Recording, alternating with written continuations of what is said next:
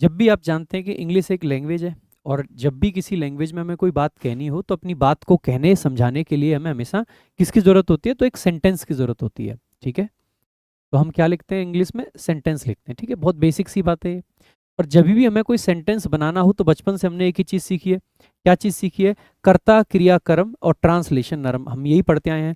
यानी कि कोई भी सेंटेंस बनाने के लिए सामान्यतः हमें क्या लिखना चाहिए, एक सब्जेक्ट लिखना चाहिए। ठीक है, फिर इसके बाद में क्या लिखना चाहिए, तो वर्ब लिखनी चाहिए। और फिर नॉर्मली इसके बाद ऑब्जेक्ट आता है, हालांकि ऑब्जेक्ट हमेशा नहीं आता है, लेकिन क्योंकि बचपन से पढ़ते आए तो इस क्रम को तोड़ते नहीं है, ऐसे ही रख देते हैं। ठीक है, तो सब्जेक्ट वर्ब ऑब्जेक्ट बनता है। अब आपको पता होना चाहिए कि हमेशा ना इंग्लिश में चीजें ऐसे चलती हैं कि ये वाला जो शब्द आया है ये किसके अकॉर्डिंग आता है, सामान्यतः जो अपने से पहले शब्द है, यानी कि सब्जेक्ट के। तो जब भी हम कोई वर्ब यूज करेंगे, जब भी कोई वर्ब का प्रयोग किया जाएगा, तो वो हमेशा सब्जेक्ट के हिसाब से किया जाएगा। सब्जेक्ट सिंगुलर है तो वर्ब सिंगुलर, सब्जेक्ट प्लूरल है तो वर्ब आपकी प्लूरल आएगी। और ये जो सब्जेक्ट और वर्ब के बीच का अग्रीमेंट होता है, ये जो सब्जेक्ट और वर्ब के बीच का ये एक मिलन है, मिलाप है, जो आप कहना चाहें इसको, ये जो समझौता है कि भैया तुम प्लूरल तो हम भी प्लूरल, भैया तुम सिंगुलर तो हम भी सिंगुलर, ऐसा एक समझौता इनके बीच में है, ऐसा एक अग्रीमेंट इनके बीच में है। और इसी पार्ट को हम पूरा का पूरा क्या कह देते हैं, सब्जेक्ट वर्ब अग्रीमेंट। अगर सब्जेक्ट वर्ब एग्रीमेंट का पूरा चैप्टर देखा जाए ना, तो सिर्फ इसी बात के चारों ओर घूमता है कि कौन सा सब्जेक्ट सिंगुलर है और उस सिंगुलर सब्जेक्ट के लिए वर्ब सिंगुलर है कि नहीं। अगर सब्जेक्ट प्लूरल है तो उसके लिए प्लूरल वर्ब है कि नहीं। तो आइए भाई एक बार देख लेते हैं, सबसे पहले बेसिक बेसिक कुछ चीजें देख लेते हैं। जैसे सिंगुलर सब्जेक्ट्स की अगर हम बात करते हैं, भाई ही अपने आप में सिंगुलर, ही यानी वह, सी यानी कि वह, ये भी सिंगुलर। इट भी सिंगुलर, ही मेल के लिए, सी फीमेल के लिए, और इट आपका वस्तुओं के लिए आता है। वन यानी कि एक, ये सिंगुलर रहेगा क्योंकि एक है। दिस और दैट, इनके साथ जब भी कोई नाउन आएगा वो भी सिंगुलर, और वर्ब जब आएगी तो वो भी सिंगुलर। जैसे बॉय एक है तो सिंगुलर, राधिका एक लड़की का नाम है। जब भी किसी व्यक्ति का नाम लेते हैं यानी कि कोई प्रॉपर नाउन लिखते हैं, जैसे राधिका अपने आप में सिंगुलर है, प्रशांत अपने आप में सिंगुलर है, लेकिन दोनों मिल जाएंगे तो प्लूरल हो जाएगा, समझ रहे हैं। तो राधिका क्या है, सिंगुलर। मैन क्या है अपने आप में, आप कहोगे सर सिंगुलर है क्योंकि एक मैन की बात कर रहे हैं। प्लूरल की बात कर रहे हैं तो देखो यू है, चाहे यू एक व्यक्ति हो, चाहे यू दो व्यक्ति हो, चाहे पांच व्यक्ति हो। जैसे यहाँ पे मान लीजिए पांच स्टूडेंट खड़े हैं, मैं कह सकता हूं कि यू आर स्टूडेंट्स, तो यू यानी कि पांच लोगों के लिए है। लेकिन यहाँ पे अगर एक ही व्यक्ति खड़ा है, मान लेते हैं राधिका खड़ी है, मैं कह सकता हूँ यू आर ब्यूटीफुल। तो बेशक यू एक के लिए आता है या एक से ज्यादा के लिए, आपको बस ये याद रख लेना है कि इंग्लिश में यू हमेशा क्या है, प्लूरल। वी यानी कि हम, ये भी क्या है, प्लूरल।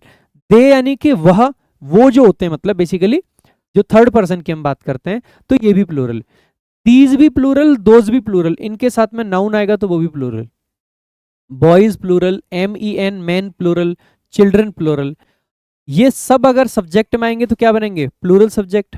अब देख लेते हैं कि सिंगुलर वर्ब कौन सी और प्लूरल कौन सी। ध्यान देंगे, इज आपकी सिंगुलर होती है और आर आपका क्या होता है, प्लूरल वर्ब होती है।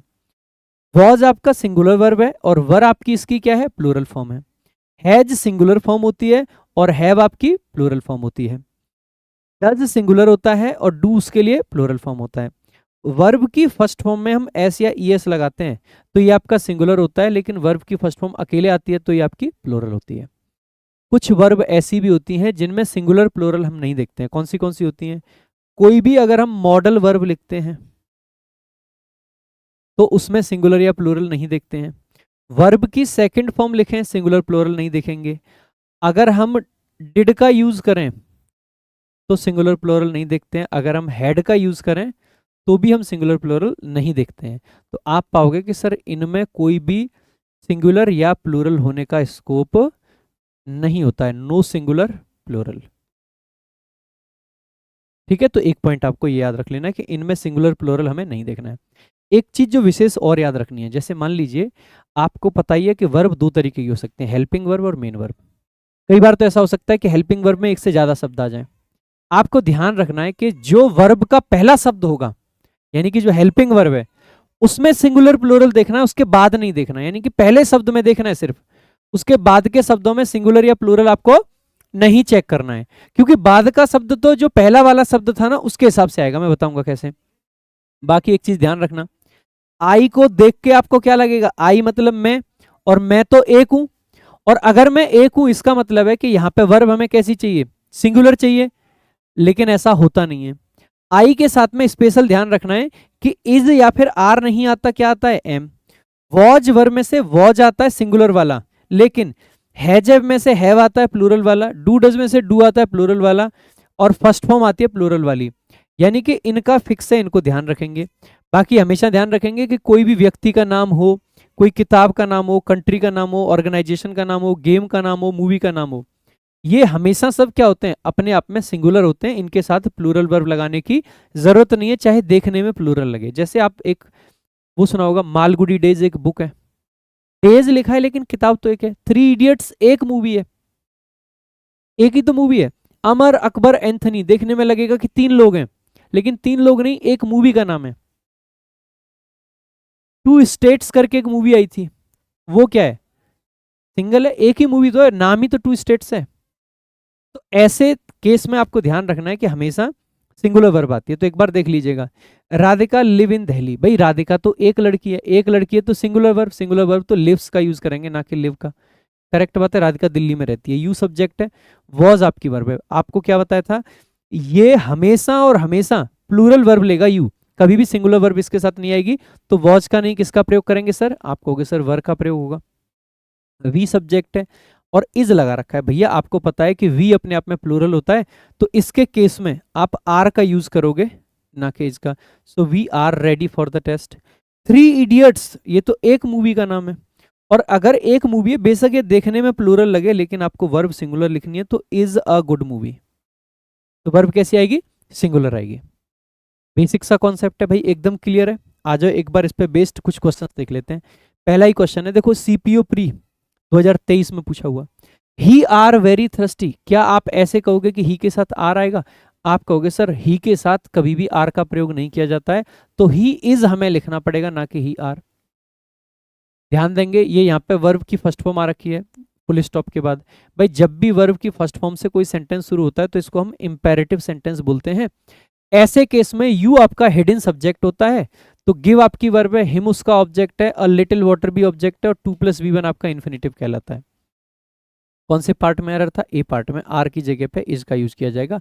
एक बहुत ही बेसिक सा पॉइंट है। अगला क्वेश्चन देखेंगे और खुद से आंसर करने का प्रयास भी करेंगे। क्वेश्चन आपका कहता है कि the Arabian Nights have many interesting stories for readers. अब जैसे ही देखोगे, द अरेबियन नाइट्स ये तो एक किताब है, अगर ये एक किताब है यानी ये तो बुक है, और बुक है यानी कि ये तो एक किताब है। अगर एक किताब है तो सब्जेक्ट कैसा माना जाएगा, सिंगुलर की प्लूरल, आप कहोगे सर सिंगुलर।